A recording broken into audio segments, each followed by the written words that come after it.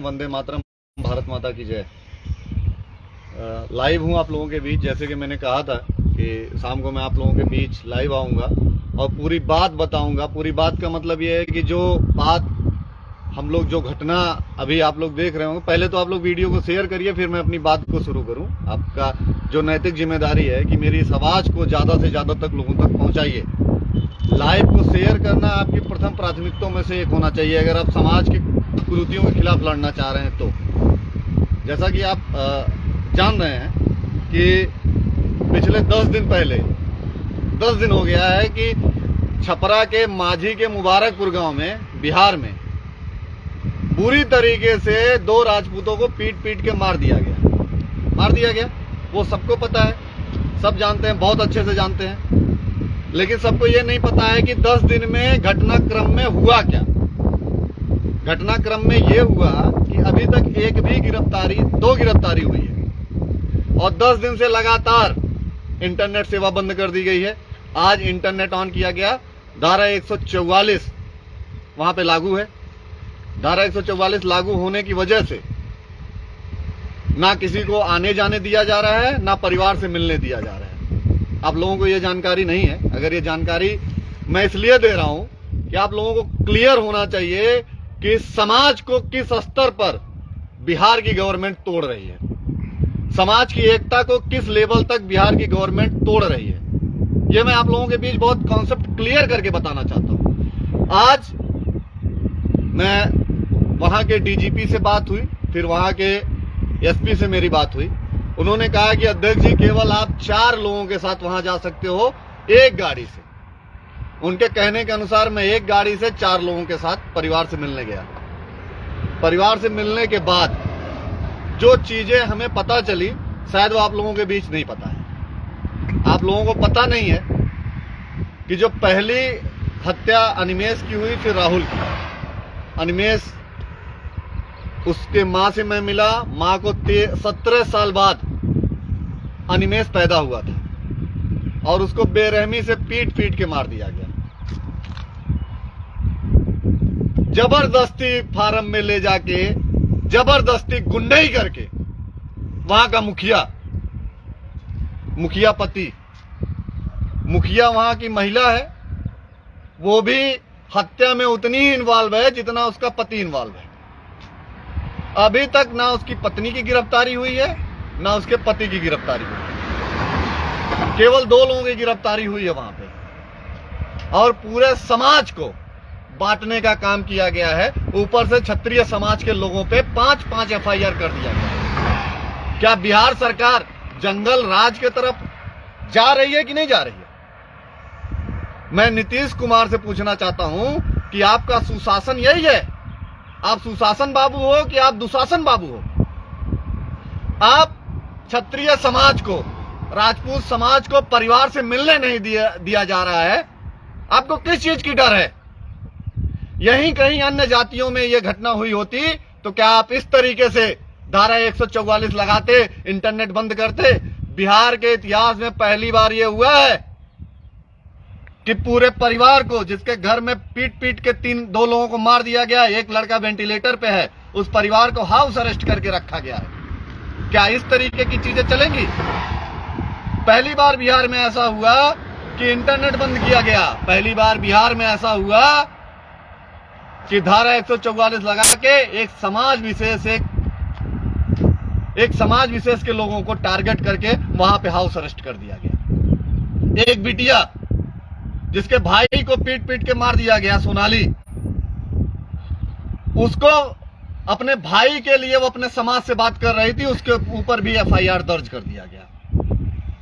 क्या बिहार के डीजीपी, बिहार के ईसीएस होम या बिहार के गृह मंत्री या बिहार के मुख्यमंत्री बेटियों को भी जेल भेजेंगे क्या?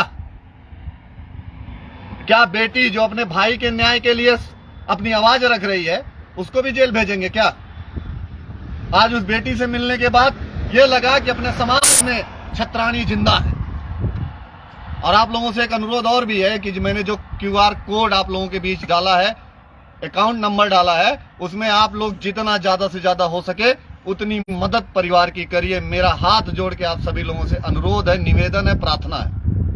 मैं पहली बार ये चीज कर रहा हूं। मैंने कभी भी किसी के लिए ना डोनेशन के लिए नहीं बोला था।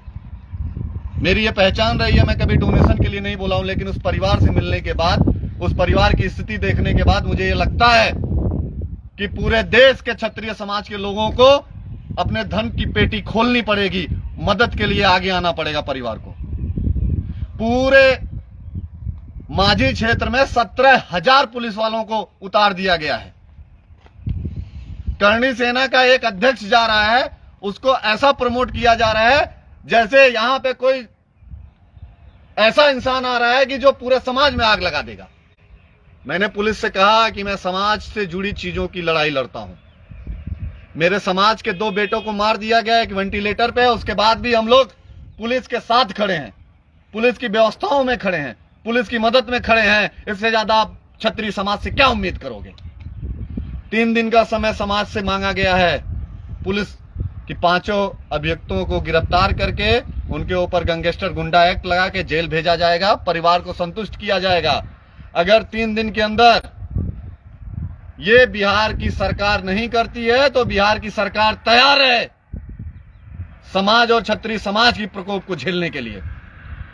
मैं वहां के डीजीपी और मुख्यमंत्री से सीधा सवाल पूछना चाहता हूं कि आप हत्या कराने के लिए बैठे हो क्या? मधुबनी में भी पिछले साल 5 क्षत्रियों को बेरहमी से मार दिया गया। अभी 1 साल की घटना है, उसके बाद आप इस तरीके की मॉब लिंचिंग करवा रहे हैं कि किसी भी समाज के लोगों को घर में बंधक बना के इस दरिंदगी से पीटा गया। उसके बाद जो पीटने वाला था वही वीडियो बनाता है। वीडियो बनाने के बाद सोशल मीडिया पे डाल के दहशत बनाया जा रहा है और ऊपर से क्षत्रिय समाज के बेटों के ऊपर 45 लड़कों को ऊपर FIR करके जेल भेज दिया गया। इसलिए क्योंकि वो अपने समाज की बात कर रहे थे, अपने समाज से जुड़े समस्याओं के लिए समाज की लड़ाई लड़ रहे थे। क्या ऐसे लोगों को जो अपराधी हैं अब तक 10 दिन में आप पकड़ नहीं पा रहे हो? आप राजपूत समाज के ऐसे बेटों को जेल भेज रहे हो जो अपनी समाज की बात रख रहे हैं। आप यूट्यूबरों को जेल भेज रहे हो, आप सोशल मीडिया पे जो पोस्ट कर रहे हैं उनको जेल भेज रहे हो। ये कौन सा कानून है? सरकार में संविधान बोलने की आजादी देता है, संविधान लिखने की आजादी देता है, संविधान कहने की आजादी देता है। हम लोग अपनी बातों को ना लिख रहे हैं, ना कह रहे हैं, ना बोल रहे हैं, उसके बाद भी आप लोग जबरदस्ती हम लोगों को जेल भेज रहे हो। ये कब तक चलेगा? मैं बिहार और बिहार के आसपास के जितने क्षत्रिय मेरे भाई हैं सबसे आह्वान करना चाहता हूं कि 3 दिन के बाद अगर न्याय नहीं मिलता है तो हम लोगों को बिहार कूच करना है। अगर आप लोग तैयार हैं तो आप इस वीडियो को ज्यादा से ज्यादा शेयर करिए, क्योंकि हम बोलने वाली जात नहीं है। क्षत्रिय कभी बोला नहीं है, क्षत्रिय करके दिखाया है। क्षत्रिय जब भी कर्म करा है तो इतिहास बदला है। और मैं बिहार सरकार से कहना चाहता हूं, ऐसा ना हो कि बिहार में एक नया इतिहास रचा जाए, बिहार सरकार बदल दी जाए, बिहार का सिस्टम बदल दिया जाए, बिहार में एक ऐसा सिस्टम न तैयार किया जाए कि जिससे लोग ये कह पाए कि क्षत्रिय समाज इस लेवल की लड़ाई लड़ पाया। आपको मैं बार बार ये कह रहा हूं, मैं बार बार ये चेतावनी भी कर रहा हूं सरकार को कि आप न्याय दे दीजिए परिवार को। 3 दिन का समय आप लोगों ने लिया है, 10 दिन हो चुका है। 13 दिन में आप लोग गिरफ्तारी करके दिखाइए। अब 10 दिन बिता चुके हैं, 3 दिन आपने मुझसे समय मांगा है। मैं अपने समाज के लोगों से कहूंगा कि आप धैर्य बनाए रखिए, धैर्य में रहिए, अपने समाज की चीजों के लिए लड़ाई लड़ने के लिए तैयार रहिए। और मैं युवाओं से कहूंगा कि आप लोग कमर कस के तैयार रहिए। समाज के भामाशाहों से कहूंगा कि पहले परिवार की मदद करिए। उस बेटी का अकाउंट नंबर QR कोड मैंने डाला है, आप उस पर ज्यादा से ज्यादा मदद करने के लिए आप आगे आइए। और समाज के जो बड़े उद्योगपति लोग हैं और बड़े नेता हैं वो भी इस लड़ाई में साथ हैं। बिहार के जितने भी भाई हैं, 3 दिन बाद आप सभी लोग तैयार रहिए। अगर न्याय नहीं मिलता है तो हम पूरी दमदारी के साथ, पूरे मनोबल के साथ बिहार कूच करेंगे और इतिहास के पन्नों में एक ऐसा इतिहास जोड़ेंगे जो बिहार के लोग सदियों तक याद रखेंगे। धन्यवाद। जय माता जी की।